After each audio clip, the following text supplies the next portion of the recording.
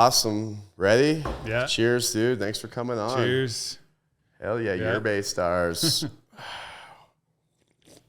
Well, today we got Cody Webb, the legendary motocross Euro trail rider. Sorry. Oh, shit. But what is Enduro. Euro. Okay. But Enduro. I do go to Euroland here and Europe every once in a while. Well, so. you're a fucking bona fide legend, dude, because I've done my research now a little bit, and I don't even know how you do that stuff, but people say that about what I do sometimes. Yeah, too. exactly. But it's way different. Yeah.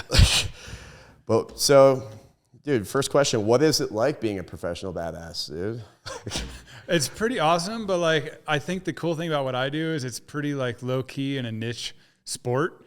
So like I can go around and be a normal person, like, you know, our kids go to school together and no one had any idea that I travel the world and race dirt bikes professionally. But you know, sometimes I'll be like, at one time I was in the airport in Australia and someone was like, Cody Webb, like, what are you doing here? And I was like, I was racing my motorcycle here. So it's really cool to like go to these events and kind of be like a star and a person for the younger generation and the future kids to look up to. But at the same time, I can go to the grocery store and no one bothers me because, you know, it probably sucks living like fame, Taylor Swift every day where you can't do anything. You got to fly your private jet everywhere. Dude. It'd be nice to have more money, but I'll work with it.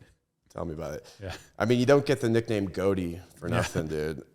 Yeah, that's my nickname. It's kind of funny. You got all the goat glass pieces as well, but you know, Cody. And when I first moved here out to Colorado a while ago, all my buddies kind of started calling me Goat Boy because I was just like playing on all the rocks.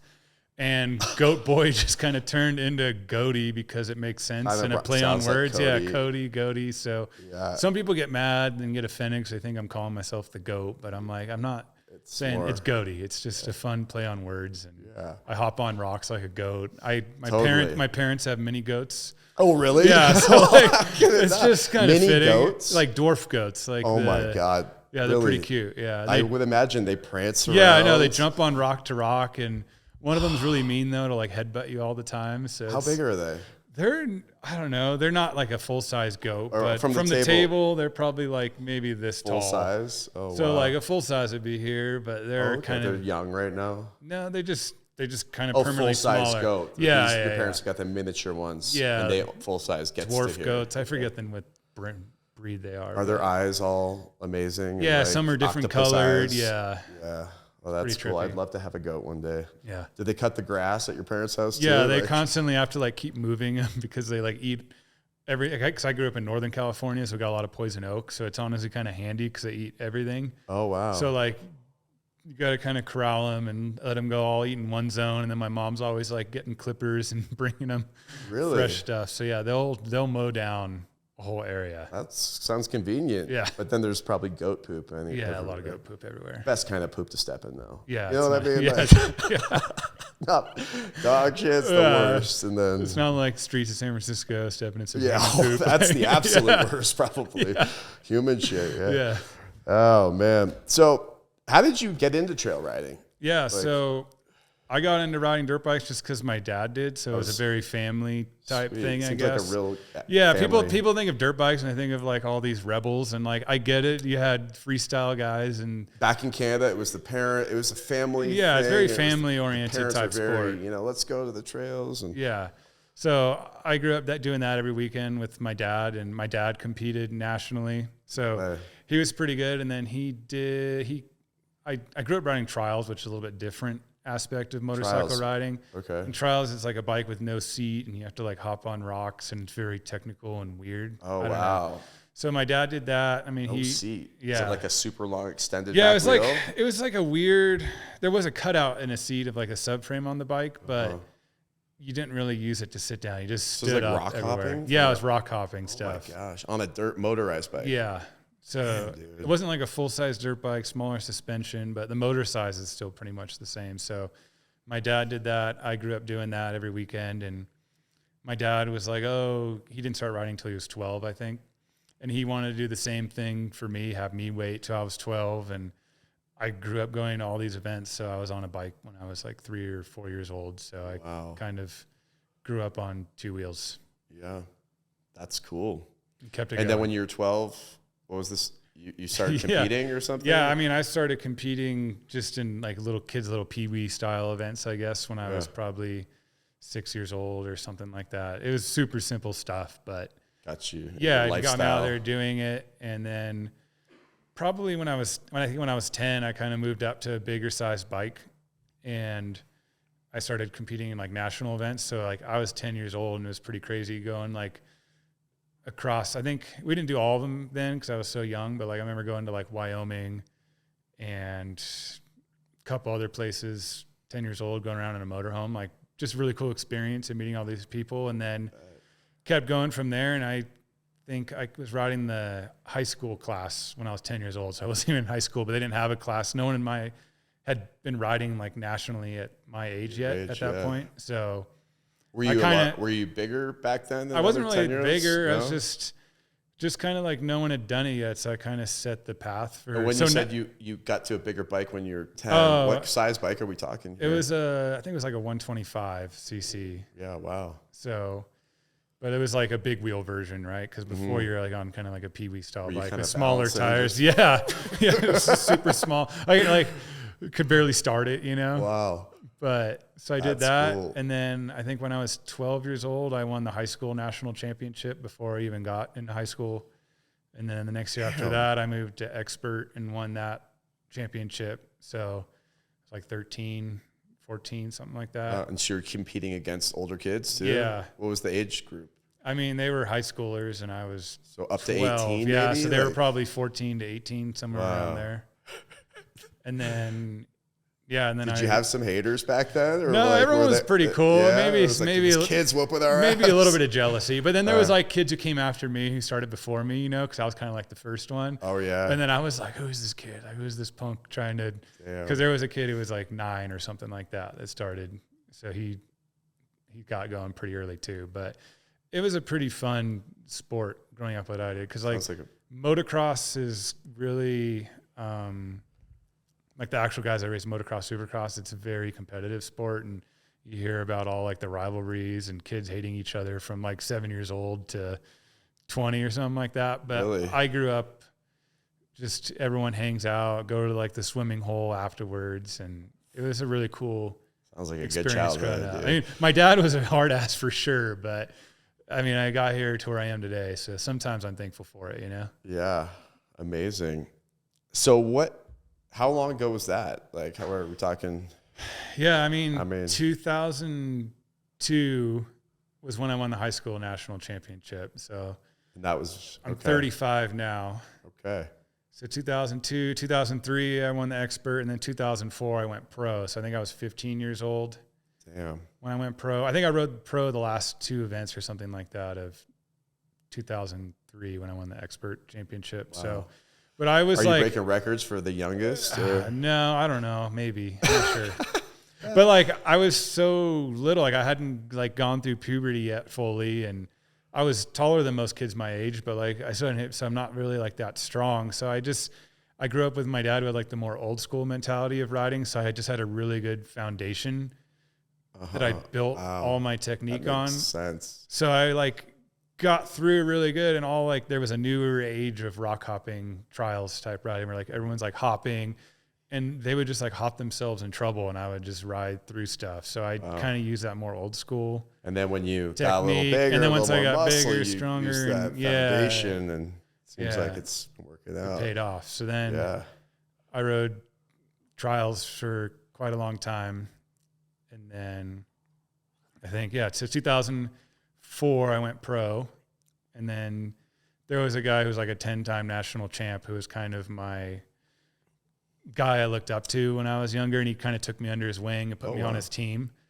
And he actually lived in Bailey, so he lived so I like came and stayed at his house when I was really young, so that's kind of how I knew some of this area as well before moving out. Cool. So he was like your mentor in the so he took me under the wing and helped me, and I was like 12, 13 years old going on trips with like him and his buddy, and like definitely learning stuff I should not have known as a 12-year-old, but it was it was fun, dude. Like it was really cool. Yeah. But then it kept me out of trouble, They're like, they'd be drinking beer, and they're like, stay out of it, don't do this stuff, So It was, you saw it firsthand and you got to hang out with the boys when you were like 12. Yeah, 12, 13. My parents just let me go off and hang out with these guys. So yeah, it was cool. That's awesome. So, I mean, what has been one of your greatest accomplishments, would you say, to this day? There's a lot of things I'm definitely proud of, you know. Mm-hmm. I think maybe the biggest one, there's this race called Erzberg. It's called the Erzbergrodeo, and it's at some crazy mine in Austria. It's an iron ore mine that's been, I think they've been getting iron out of the mountain since like 800 It's AD. all underground in the tunnels? No, it's all just like these layered, like a tiered mine core. Yeah, okay, dug in. Like they basically just dug into the mountainside, crazy tiers. Yeah. And like I said, they've been mining there since like 800 AD. So it's this crazy. AD? Yeah. So like, I don't know, over 1,000 years they've been mining iron out of this mountainside. We're going to have to put some B-roll of this because I went in 2014 when I started doing like enduro and hard enduro stuff, and I got 10th, but I was like not really prepared, and I wasn't on like, there's a correct team to be on when you go there because KTM is an Austrian brand and they're like the who's who of enduro off-road riding brands pretty much. So like it's very catered towards them because they sponsor the event. Yeah, and like they're locals. Yeah, I was riding for a team called Beta out of Italy. So I was like, I didn't get to see anything. It's like a soccer game, dude. No, I got the fans are probably I got top fighting. 10, so I was pumped. Pretty good. And I think like normally 1,500 people start the race. How does this race work? It's a qualifier, and you race up the mine roads. Okay. Flat out. Is it like this? So yeah, you just circle? Well, it's all the tiers in the mountains. So you're racing up. Yeah, it's all these switchbacks. So you're going like flat out. There's spots on the track. You start with how many people? It's one at a time for qualifying. So they go all day. Oh, and 1,500 people. Yeah, every 30 seconds. Limit. Okay, yeah. And then they only take 500 people from that. And you start in the bottom of the mine in the pit. Yeah. And they do rows of 50 for 500 riders. So it's super important to be like one of the top 50 guys out of 1,500 to be in the qualifier. So I got 10th my first year, and then I came back 2 years later. I didn't go the next year. 2 years after that, I finished second, and I was the only American to ever podium it at that point. Still the only American to ever podium it. Yeah. But like the year I got second, 9 people finished out of 1,500 people who show up to do the race. No way. So it's like, imagine like an ultra marathon. It's only 4 hours, but it's the worst 4 hours of your life. Watching all this too? Yeah. I mean, they have like, it's Austria, right? So it's a huge party festival. It's like Burning Man for gearheads. So there's like people everywhere with tents, like people are passed out drunk, like at 3 p.m. in the afternoon. Yeah, they have a huge, it's like a festival. Yeah. They have a huge beer tent with a huge screen. So it's just beer garden. Yeah. It's a huge party. Like the beer garden's going to like 3 a.m. But like, I've always gone as like a pro racer.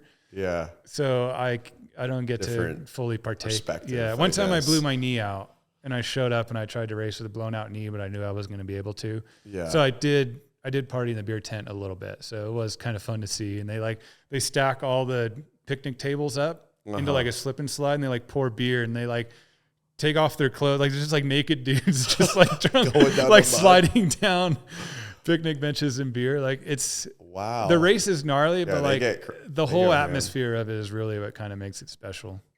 Very cool. But I podiumed it twice. So that's kind of epic. Congratulations. I never won, but I'll take it.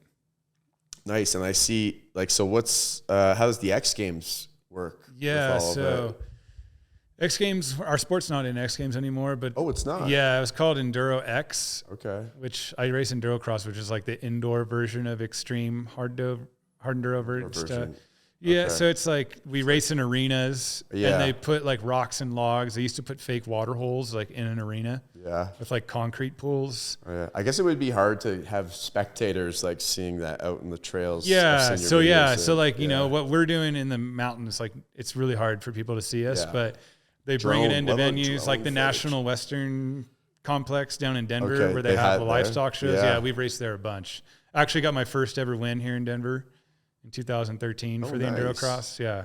Nice. So we had Enduro Cross in X Games for a bit, and I still get a little sad about it. I got 6 medals, but I got 3 golds I got 3 silvers and 3 bronze, but I never got gold. So and now they X'd it. Yeah, it's X'd it. So I never. One time I was leading in Brazil. They used to do like the international X Games, and I was in the lead twice, and I crashed within. I still dream about it. I just can't let it go. Damn, dude, let it go. Let it go. But X Games gold, it would have been pretty sweet, Yeah, but I bet. You think it'll come back? Probably not. Why do you think they X'd it? I'm not sure. It's just didn't get the numbers maybe people want to see. And you got guys doing double backflips. Like that's maybe a little more exciting than what we're doing. They got these drones now that would stay so close to the rider. Oh, I know. And having that footage, no, the technology has changed like crazy in just such a short time span, A word from our sponsors. This episode is sponsored by Puffco, industry leaders in vaporization. When I think of Puffco, I think of convenience, smoking freedom, easy to use, and practical. Visit www.puffco.com or on Instagram @Puffco. That's it.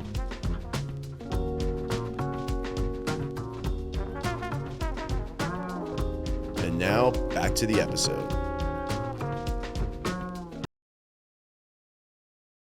Excellent. So what kind of bike do you ride now? Yeah, so now I ride for Sherco. It's a French manufacturer. So I ride for Factory One Sherco here in the States. So I ride a 300 two-stroke for whoever knows what that means. No, 300 cc two-stroke. Yeah, 300 cc's, and I ride 2 strokes. 4 strokes.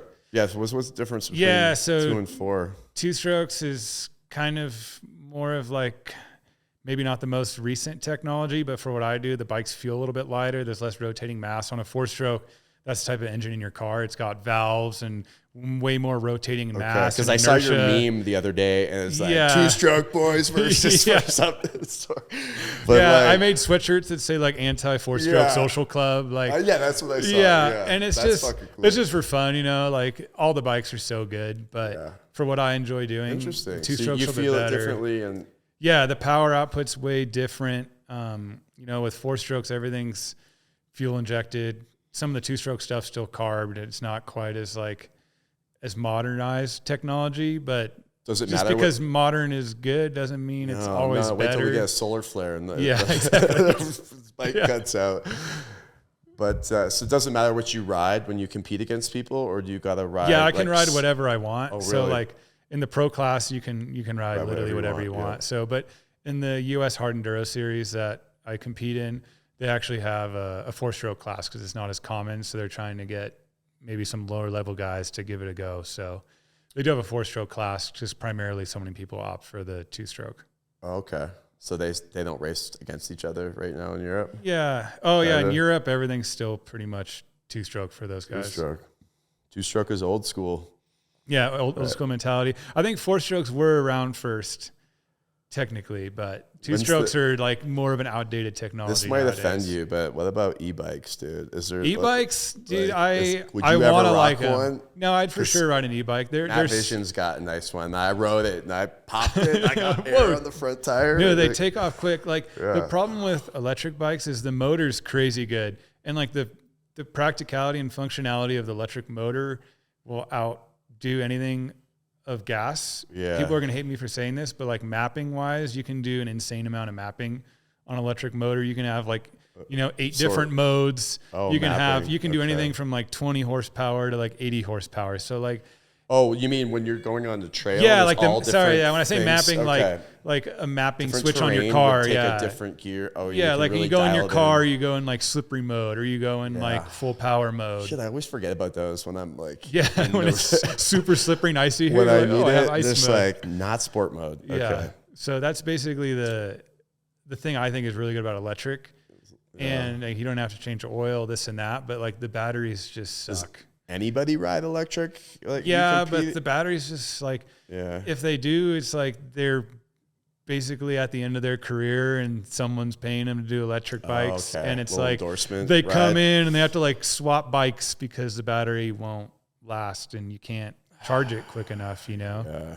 So like when we come in for a pit stop, a lot of times we got to fuel ourselves. It's just, you dump in a gallon of gas and you go again. Bring it with you? No, they have like remote pit stops or maybe wherever we're camped at, or like the pits, we call it in a race. Cool. So the electric thing, it'll probably be here. And, once the batteries get better, I think it's coming. Yeah. We're getting there, but it doesn't happen overnight.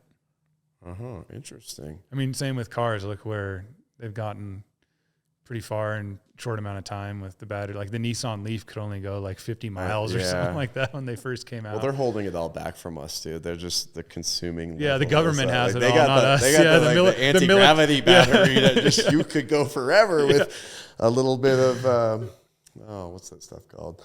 I don't know. Kryptonite, who knows? Yeah, whatever, something like that. Yeah. So that's the really problem. Cool. Batteries will get there. I think it's really cool. And like, they're there, but they'll give it to us soon. Yeah. My son, he has like a little Stasic, which is a little electric powered dirt bike, and it's perfect for kids. Like growing up, there was nothing really.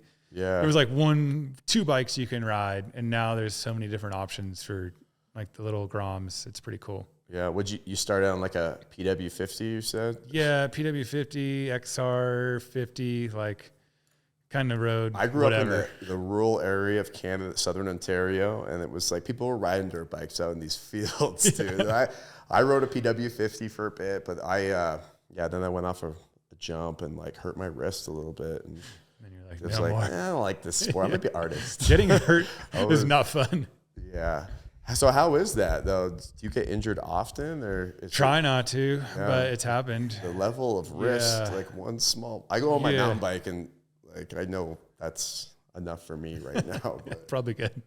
Yeah. But I tore my knee pretty bad. I did everything but the LCL, which is like the outside ligament. So I did both meniscus, PCL, ACL, MCL. I broke my right foot twice. I broke my right wrist twice. And like this wrist is pretty good. Like I can do it okay. And this problem is my throttle hands. I can only got so much, but this way I got nothing. Like it doesn't even. Yeah. I can crank on it. It doesn't really that's from an accident? Yeah, I dislocated a little bone in there. And like, when you hurt, are you out and you're done, or do you keep going? Like, you try still feel like adrenaline, or when I broke my wrist, I knew it was broken. Yeah, not good. But one time I broke my foot, and finger's a finger. It was just the end of my finger. Not that big. No big a deal. Yeah. But yeah, I tore my MCL, broke my foot, and it was in like a qualifier, and I finished the qualifier. I was just like, I don't know why I kept going, but it was like, my dad was tough, and he's like, oh my God, never give up. Like David Goggins shit or something. So shit. Makes you stronger, dude. I finished it, but man, it hurt so bad. And then I go back down the mountain, and I'm like, everything on my right side hurts. Like, it's not good over here. They're like, oh, you want to take an ambulance? I'm like, no, it costs money. Like, I'm fine. I rode up a mountain. I don't need an ambulance. So. Yeah. Wow. So do they know you by name yet at where you go, or is it all different? You get it treated immediately, and then no, wherever you're at. It just kind of depends on where you're at. But most of the time, you gotta go recover after at home. Yeah, that's the worst part. But it was really good, even though it was terrible. When I dislocated my wrist, that was like the last big injury I had. That was in 21. Yeah, that was 21. Mm-hmm. And I did it in Germany, and I basically had to get back to the airport 2 hours to Berlin in a manual with a broken right wrist. So I'm like reaching across, shifting, and then I had to fly home by myself. So I have my gear bag. You're reaching across, shifting. Yeah, reaching across, shifting, like knee driving. And, oh my God. Yeah, then I had to fly home, and then the hospital called. It was like a German number. I was like, I should probably answer this. Yeah. And I'm on the plane, like literally like taxiing to the runway, and they're like, in broken English, basically telling me that when I get home to go to a hospital and make operation. And I'm like, what? I thought I just had a broken and what happened was like there's the lunate bone in your wrist, and it popped out, and the problem was it was like wedged against my carpal tunnel, so I could have had permanent nerve damage, and I would never have. So you just left the hospital before you got the results? Well, the radiologist wasn't there on Sunday, apparently. So it was like me and the dude who did it looking at it going, yep, the radius looks broke. But I had a dislocated wrist, and we didn't know. Oh, my God. You had to travel that far. Yeah. Luckily, I had a splint. But then I made Thank some your dad, man, for making it through that one. But I made some calls, and I got into the Steadman Clinic at Vail, which is like the place to be. It's the best spot. So I got home Monday, went there Tuesday, had surgery Wednesday. Wow. How long ago was that? That was March of almost 2 years ago now. Oh, wow. Yeah, almost 2 years ago.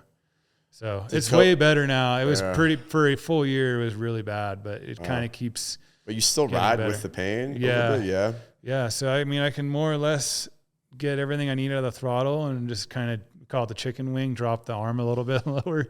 Oh, but the biggest issue, honestly, is like grabbing stuff out of the kitchen cabinet. Like I can't, or like if I work on my car, like I can't. So I got to do my left hand for a lot of things. Yeah. Probably helps. Like, I don't know in that, but I can. And I'm semi-ambidextrous. I'm not fully, not fully ambidextrous, but semi-ambidextrous. Are you green-eyed too? Green-eyed. Yeah. Wow. Is this what's popular today, dude? Because our last guest was semi-ambidextrous. Green-eyed. Very rare though. 5% of the population is green-eyed. So. Oh yeah. What's blue? Is blue more or less? Blue's more. Blue's 10%. More. Oh wow. Yep. But 90% of alien abductees, 90% are green-eyed. Oh wow. It's supposedly like. Oh man. But yeah. I gotta be careful hanging around. You got some space rock in here and stuff. Like, I might get abducted. So when you're down, like, and you can't ride, there must be a certain recovery period where you're just off the bike, right? Yeah, no, definitely off the bike for a bit. Do you take doctor's orders, or do you go like a Try week to before? take the doctor's order. What the crazy thing was, the doctor was like, yeah, you can get back on your bike when I did this last wrist injury, because I had 10 or 11 weeks, I had 5 pins, and they put a screw in my radius. So like I was stuck like this, and it was just mentally was so unbearable. And I would try and move it, but like it wouldn't go because all the pins would bind. Yeah. But at least they were internal pins, so I could shower. For all these injuries, it seems like it could, like, just that downtime. Because I have idle hands. When I'm not blowing glass, I'm like, oh, what am I doing? I can't relax. Like, we literally just had that astrologer on here, and like she said, you have a hard time relaxing, and like I do. It's okay for some people. Like, it happens. I have to like break a wrist. I have to like burn myself to relax. It was difficult. But then he's like, you can start riding again. And I literally didn't even feel comfortable enough to ride. Yeah. So I didn't ride for another 2 weeks, which that was the first time I actually probably listened to the doctor's orders fully, but just because I didn't feel mentally like I was ready and had enough range of motion to ride. What are you doing when you're that downtime? Are you exercise? Like, is it rehab and stuff a little bit? I did the best I could. Obviously, it was really difficult, but I started working with like a personal training place down in Lakewood. So I would go there like 3 days a week, and I would just do everything I could. Yeah. And honestly, it was really helpful, and it helped me in the long run, I think, because I had other kind of chronic pain from like my knee injury that I did in 2019 when I had my ACL fixed, and it kind of made everything else better because I had the time off the bike to focus and rehab everything. So, I had the weird plastic splint. I had a bunch of pins in my wrist, and I'm over there. I could pull. I just couldn't push, right? Anything that was a straight pull. So I'm like doing dumbbell rows and lunges at the gym, and I'm still staying active. Like, I think they said it's a cyst in my wrist, a ganglion cyst, right? But if I pull like this from years of blowing glass, if I pull this way like a weight, it hurts my wrist, but I can do everything else. But just pulling. Yeah, so like we have opposite. Well, I guess if you're pulling this way, it's going to put like a weird torque and like probably hurts push my on end it. Of my wrist, yeah. Yeah. So what do you do for your mind when you're out? Do you like, get into board games, or online gambling? Like, what are you doing? The one time when I blew my knee out, I was like, I need to do something. So I bought, and I think it was when they had the Xbox One or something. Xbox One. So I bought it, and I played for 2 weeks, and I just got so mad at this one game that I quit playing it because I couldn't beat this one level. I returned the PlayStation because I couldn't do it. I couldn't pass this one level. Bought it. What's all the hype? And it raises my blood pressure too much. It stresses me out, man. Yeah, it does. You should try an Oculus, dude. The Oculus. Have you have one of those? No, I've never tried it. Oh, I play mini putt with my old man like on a daily. And that's pretty fun. It's great. Yeah. You look like you kind of. But it's not as stressful. It's peaceful. It's relaxing. Yeah. These worlds that you're in, just playing. And I was like, I'm going to do the dirt bike motocross supercross game. So like I got that one, and I was like grew up playing MX versus ATV Unleashed, or I don't know if you played ATV Unleashed or any of those ones, but it was like the most simple controls, super fun. And then all the new ones, you have to use every single button. And I'm like, I don't have I didn't grow up doing this. I grew up just button But it's button about mashing. to change, bro. Like with the new goggles. Like Oh, I have the old one. it's I have gonna be Ock neck scary because they to weigh see where it 5 goes. pounds. And I was like, everyone gets Ock Next neck. I got version 1, but now they're going to have ones that look like this. And it's augmented now. So it's just reality, but with every, like you could have a avatar sitting beside us here having a conversation. Like that's what they're doing. Join in. Like, We could have had someone else joining us on the pod today, you know? We'll get there. Thanks, Vincent Gordon, for bailing. No, we're going to have a co-host today, but this is perfect. So when you're in good health and you're riding and you're focused on a contest, like, do you have a daily routine? Like, what's your, like, or? Yeah, normally I try and kind of limber up in the morning. So stretch out. And then depending on the race, like for those hard enduro races, I'll just eat a huge, massive filling breakfast of like bacon and eggs and whatever. Cause I know I need it. Yeah. Cause I can't, it's not like I'm really eating when I don't have the time to eat much. I'll come in for a pit and shove half a banana in my mouth and off I go again, you know? So is it hard to do? Is there anxiety that usually like, there used to be a lot, you know, and then you get like, you know, like the nervous porta potty poops where you got like your butterflies in your stomach. But I'm old enough now that I've been around the block. You started young. I mean, so now it's funny, like seeing all the younger guys, like they're like, you see them kind of running off and you're like, what's the matter, son? Yeah. You got butterflies in your stomach? Probably your age. That's funny. So yeah, it's obviously, and then like a little bit of a warm up before you get on the bike, because it's not like, you know, 0 to 100 real quick like that. Oh yeah, you go for a little, like you go for a trail just some ride mobility stuff or like calisthenic type stuff. Yeah. Got any like superstitions that you do? Like, no, not really. No, maybe there is, but like it just happens without me thinking about it. You know, there's nothing where I'm like, I don't have to do the right boot first every time. Or, there's none of that, but I used to always check my like the fuel petcock to make sure my gas was on, because like you can turn the gas off and on the bike. So I used to, but now I'm like, no, it's maybe fine. That's more like not superstitious, but like precautious. Yeah, precautionary thing. You don't wear like the same pair of underwear. No, definitely not. None of that. Okay, all right. Just I don't know. It's amazing what you do. There's people who like get a brand new helmet and they'll just like drop it on the ground. Oh yeah, to get out of the way. And I'm like, no, this is a nice helmet. I'm not dropping it.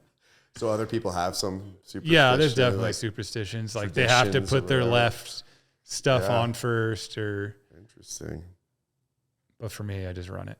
Yeah, fuck it all. Yeah. Full send. So you got what are some of you got? Red Bull's your sponsor? Yeah.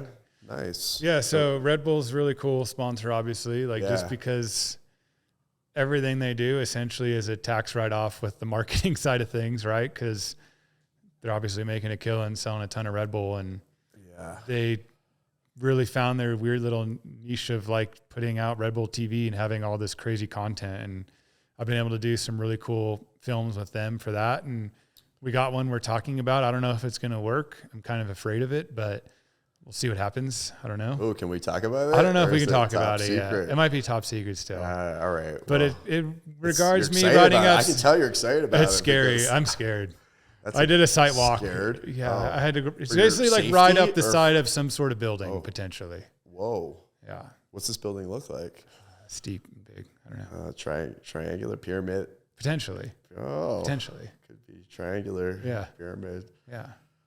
Okay. Yeah. Well, we won't mess with that. Okay. That's very cool. Enough hints to get people thinking about it. Yeah. So right down here is a big Red Bull. My buddy who does logistics for them, but he's got the basketball board from like the world's longest shot. He had to build, and he's just in there, and like the guy did it on 5 tries, dude, from down the canyon. That's insane. Yeah, with like think about like the area. Anything, yeah, exactly. Dude. Anything. Yeah. Humidity that day. I wonder I guess basketball. Just I don't even know how many feet it was, but it was the world record. Yeah. Yeah. So Red Bull's obviously cool, and even with like.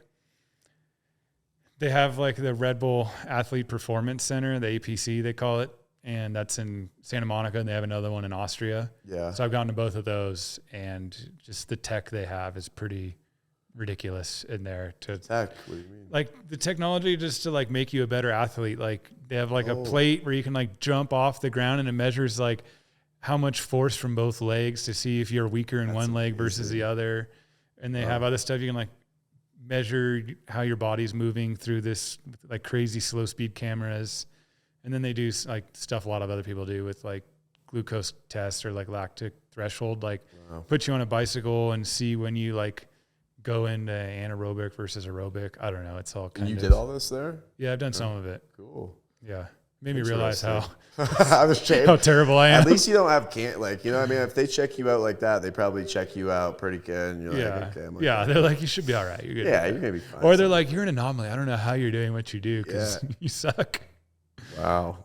Yeah, that's really cool. And then, you know, obviously some personal other sponsors in the industry, but it's just, you know, simple things like helmet, goggles, boots, I wear knee braces just for protect my knees after having that hurt. But it's kind of, you know, it's hard to get the out of industry things sometimes.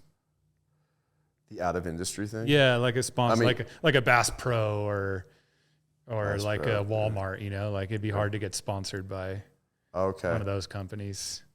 Yeah. Or even like Adidas, you know, you see like Track Star is always like, obviously they're runners, right? But Adidas doesn't really make boots or stuff for motocross. Yeah. So it's hard to get those type of sponsors. Interesting. Oh, damn. Okay. So you know this show is called the Robertson Stash, right? Yeah. Can I ask you a question about what is your relationship with marijuana? Do you...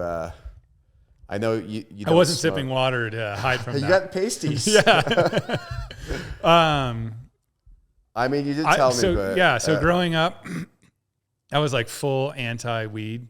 Growing up? Yeah, when I was younger. Okay. Like, I hated it. Yeah, the big brother's probably like, don't do this. You turn to it. Yeah. So I was just anti it, and like, it was like just family trauma stuff. Not my personal immediate family, but like outside my family, like people abusing drugs and this and that. And I just thought like it was because of weed, you know? Oh yeah. So like that was my whole thought process. And then so you stayed away from it. Yeah, and then in high school, like, you know, your buddies would do it and they would just like kind of mope around and laugh. And I'm like, what are these guys doing? Like, we got better stuff to do, you know? Yeah. But then, you know, as I got older, I was like, it's not really that bad, but I don't smoke. I've tried it a couple times and I just don't know how to smoke because I never smoked growing up. So it like burns my lungs. I cough. I freak out. Yeah. So it's been how many times do you think you've experimented with it? Smoking it? Less than 5. Okay. Yeah. Same kind the whole time? Like you bought a bag and that was the bag you experimented with? Couldn't even tell you. Okay. Oh, no. It was different times every time. Different kinds every, okay. Yeah. Right. I don't think I even smoked till I was like 28 maybe. Wow. Yeah. Just a big old square. No. Dude, that's no, I was just, to be a pro motocross legend. Yeah. But it's one of those things where like, I didn't have myself in those situations to be around it. So that's your life path. That's awesome, dude. I'm jealous of that. Really. Like and then obviously I got hurt. And then one time, you know, obviously the painkillers are really bad, dude. I had like a withdrawal within a week of those are pain. And I was like, after my knee injury, I didn't have a nerve block. So I woke up and I was like, what the F did you guys do to me? Like just cringing in pain. And I think it was like a fentanyl drip or something. And instantly I was like, But then by the time I got home, it was done. And then I was just popping, popping painkillers. And like painkillers don't like really eliminate all the, like they'll kind of hold you in a buffer zone of where you were. Mm-hmm. So from what I found out later, but like I was doing like double the dosage just to like, I couldn't up every, and then see the movie? It hurt so bad. I couldn't even like, I was hardly eating or drinking because I didn't want to go pee to get up because it hurt so bad to go pee. And after my knee surgery, I couldn't walk. Another pill for like, because it constipates you. So yeah, they get constipated. They try and normalize that. Yeah. Shit. So it's then so fucked. I was like, I just quit, and then I had like the worst day ever of like headaches, chills, sweating. Like it was horrendous. Oh, you went through that. Yeah. Damn, so then the next day I was like, I'm gonna have, because I'd like had some edibles here and there in the past. Yeah. So then I feel like when I had my knee injury is when I kind of started dabbling in that a little bit, but anything I do is 5 milligrams CBD, THC, like together. Yep. I don't know if that helps or whatever, but I remember one time I took too much because it hurt when I had that knee injury, and it was like I could feel pain in my knee that I didn't know existed. Like before, it was like crazy throbbing pain. Yeah. And then it was like I could feel where they drilled into my bone to like reattach things, and I swear I could feel like where they stitched things internally. Scary. Yeah, you're so imagining I can't even. And I was on the couch because it hurt too bad to lay on our bed. So I was like, my wife was like upstairs on her bed. I'm on the couch by myself. And I was like, I'm not taking a painkiller. So I just like for 2 hours, I had my foot up on the wall.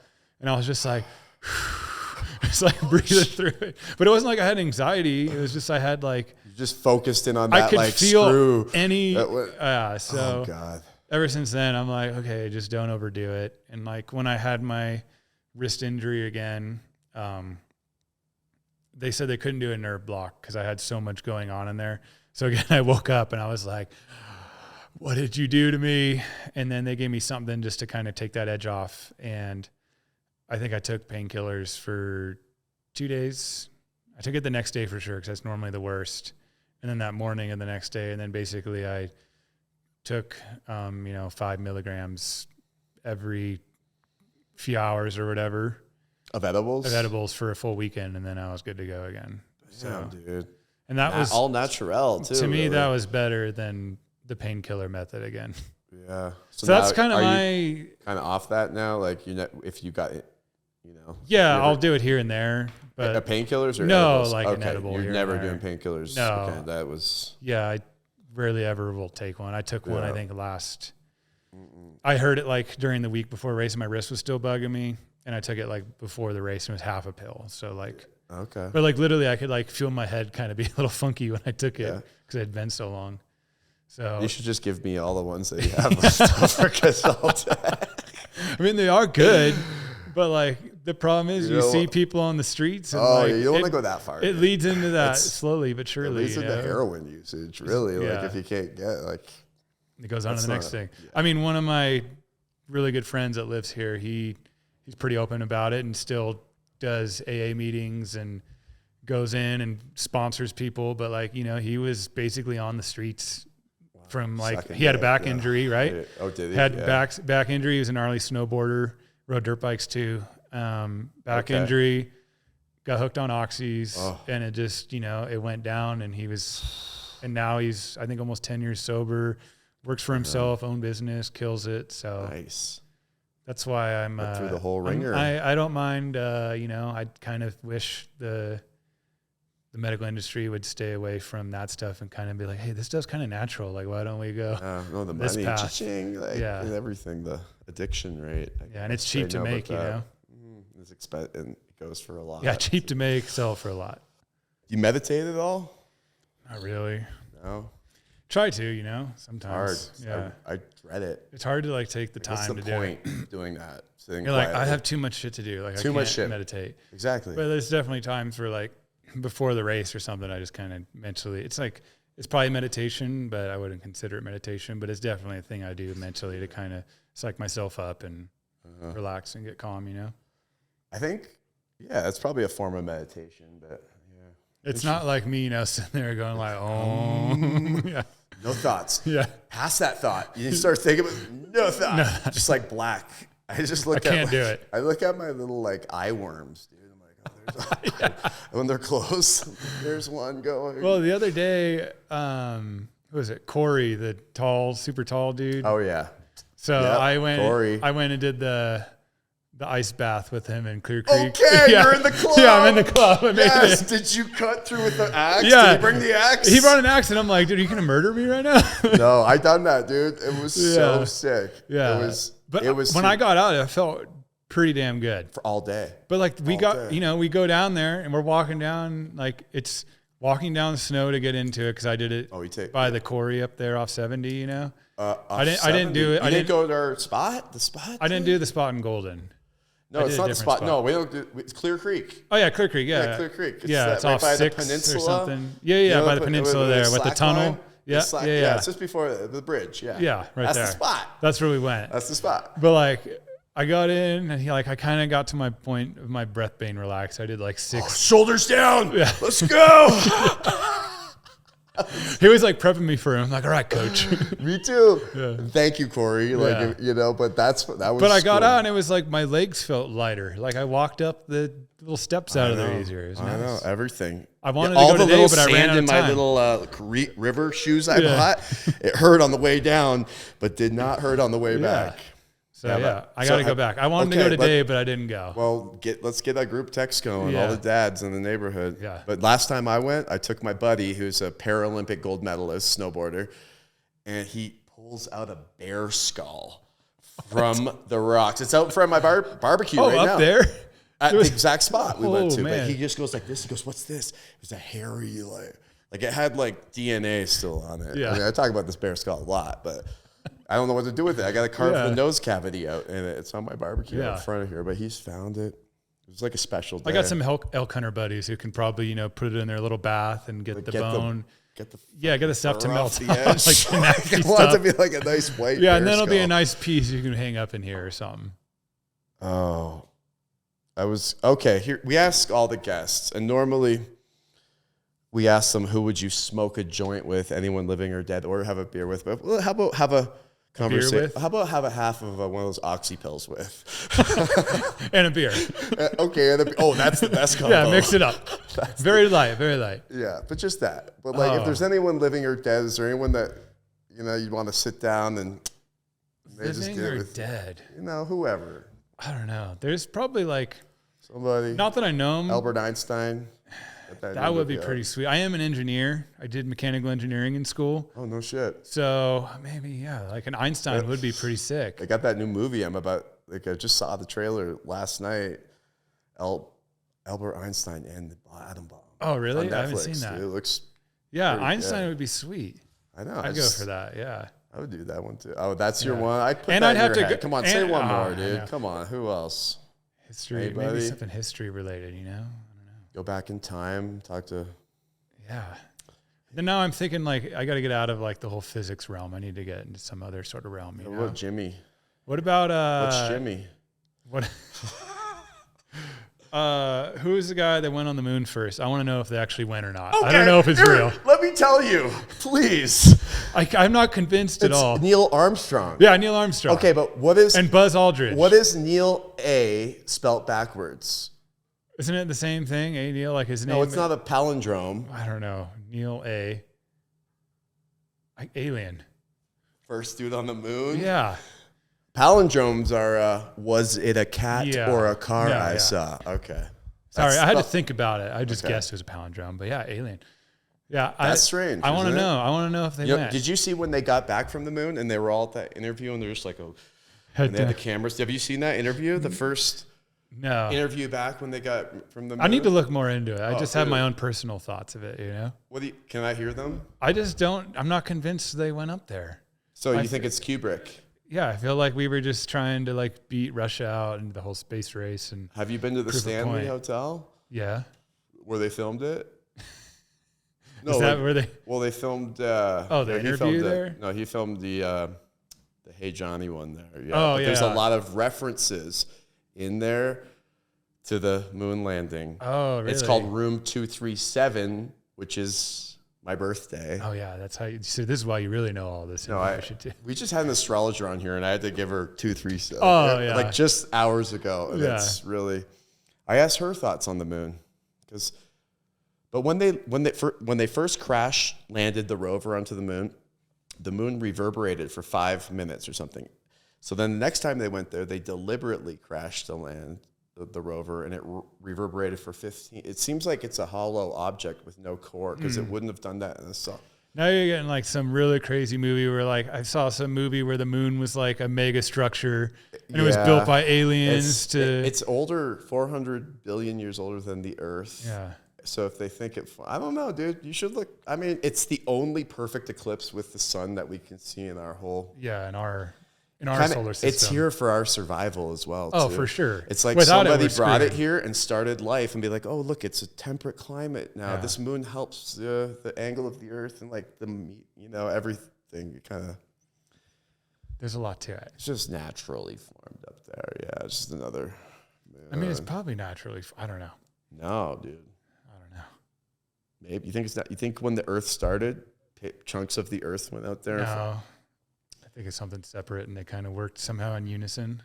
Yeah, dude. Oof. But I'm not an We don't expert even in want this, to so I go shouldn't there. be talking. Do we want to go down this rabbit hole? I was just saying I'm not Are convinced you we into went on the moon. conspiracy theories? I'm not convinced we went on the moon. That's all I'm saying. Really? Yeah. I'm convinced that there's lots of activity on the moon right now. Probably. I think there's. But I'm lots just of thinking about the activity. technology we had then. They were like wearing Oh, like. then we came back and we had cell phones. Like Yeah. we instantly basically got cell phones, Oh, and there I was think more. we got something when we were there. Yeah. Nice. I mean, Buzz Aldrin and Neil Armstrong had said there was when we went up there. There was things on the they're now saying in their old age things that They shouldn't have seen. I mean, or maybe they're making it up because they're like watching movies about aliens. I can't remember. They don't fucking know. Maybe it was it was Will Smith in Independence Day. We were flying around. Then you had the cricket gun from Men in Black too. You got that movie too. Yeah. Man, they don't make movies like that. They used No, to. they're not as good anymore. Well, dude, this has been. What would be your last meal, dude? If you had to eat like your last meal. Last meal? Yeah. Man, Or like a meal if you're not riding and you just want this. Like total something about like finishing indulgence. a terrible race and going to like a local badass steakhouse somewhere and just getting a fat ribeye. Ribeye. Yeah. Nice. That's what I go for. That's kind How of do like you get it cooked? medium rare. Medium rare. Yeah. You Americans. Yeah. What do you go for, bloody? No. In Canada, you can't even, they don't sell you burgers in Canada. They don't even ask you how you want your burger. It's just, It's well. Because but I'm more of a medium plus. medium plus. Plus, kind of. That's how I was I when don't I want was to say younger. medium well. Like medium, just medium. I Yeah. said medium. But medium rare. It's nice that Interesting. way. I used to hate it that way because my grandpa would like force me to eat filet mignon when I was younger. Force you to? Yeah, he'd be like, he would just order for me, you know, and then it would be like, he wants rare, and I'm like, I hated it. Is that right? Yeah, so then I did. Yeah, so then I ate like Animal. well done everything for a while, and then my God, I came back to Americanized. Yeah. Well, you were mentioning about your class. How's that? That's what we're kind of thinking too, man. You get to a certain point, you learn your knowledge, you can help guide people a little bit, save them a few years. But how's that class coming along? It's or the online seminar? What do we call it? Yeah, I guess it's been an online training program I've been working on, sick. and it's been a lot of fun, but really trying and difficult, especially with a 4-year-old and a 10-month-old at home taking up all my time when I do have free time. But it's been really good. I mean, I've learned so much through the years, and I've learned from a lot of other ex-pros as well. So I'm kind of taking all that knowledge, putting it together, and I just want to help grow my sport. So I feel like with me doing that, I can put everything I know out there on a platform and basically writing out all the content and then filming it and then breaking it down and filming. And I got a online coach. Yeah, online coach. I got a super good cool. That's the future editor who's throwing it all together. So like helping me break it down. And I feel like Corey now coaching people through meditating in the cold water. I'm teaching people how to ride gnarly stuff with, I don't mean to be there. I mean, I still do in-person trainings here and there, but it's too hard to go to all these places and I can't be everywhere at once. Right. So I feel like everything I put together and then some that you would do in like an in-person training is available at your hands whenever you want it. Yeah. That seems like, you should do a VR one, dude, where you're just there. We'll get there. Here I am walking around. Just do this. I mean, we got GoPro, but it's not the same, Oh, no. The visual point is it's like mounted here, pointed down, and it's not the same as what, my eyesight is actually doing. And riding like on a... Yeah. Because you could have the new one now and be riding. And I keep seeing videos. People are trying to put stuff out. In the car. There's literally videos of dudes riding dirt bikes on the street, like looking around, doing stuff, and then taking off. Obviously that stuff shows up in my algorithm, so I'm seeing it all the time. Mm-hmm. Oh, when you talk about something, it comes up on your phone? Well, yeah, but I see all the dirt bike stuff. And it's obviously I feel like these companies want to push that product out right now, so it's kind of a mix, and people, it's something new, right? So people are doing it. We got our small children, like in 5 years from now, this is my feeling. In 5 years from now, they're going to be like, we won't even be imagining we're holding this thing in our pocket, like laying us down, dropping it, breaking screens. Like that will be just. We just got our glasses. Next thing you know, you got like Ray-Bans or Oakleys with it. You know, you just put a little chip in the side with an SD card. Here. You just get in the brain. And then it's like the Neuralink that one's is scary. That one, I'm not too crazy about that one. Humans right now. Yeah, I'll do the card in my glasses and I can see everything. That would be cool. But in my head, I'm not. I got metal parts in my body, but they don't do anything. Not microchips. Yeah, not microchips.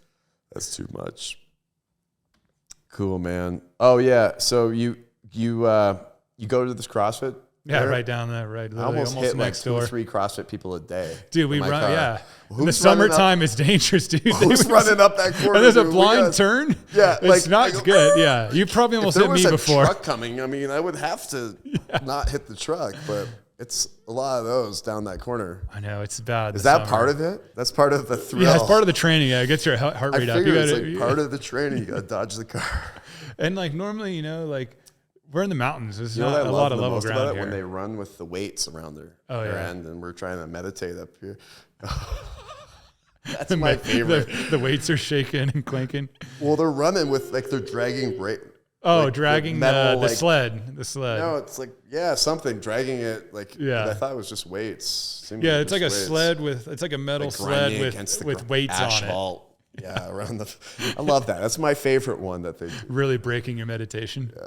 I haven't done that, so it hasn't been me yet. You should do that. Yeah. I'll wait for you guys are meditating up here. Yeah. No, that's good, man. Well, hey, man, thanks a lot for coming in. Stoked to have met you, definitely. And our kids are best buddies. Let's give it a try, too. Yeah.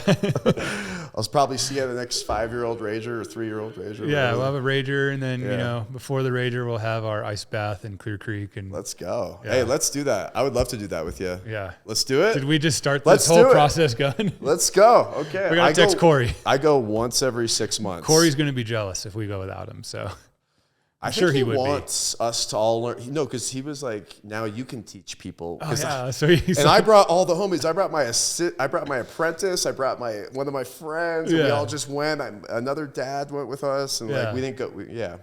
I felt safer when I was with Corey. Yeah. Because we're like, this is the jumping spot. And someone jump and they're freezing. They land in the rocks. Yeah. Yeah. Yeah. Because there's that jumping spot there. So it's going to take it easy. The more I go, the more comfortable I am. But we'll do it one day. I'll hit you up. Yeah, definitely. All right, man. Well, thanks again, dude. All right, killer. Appreciate it. Thank you. Woo! 2 done today. Oh, the flying eagle. Yeah. Oh, fart gong.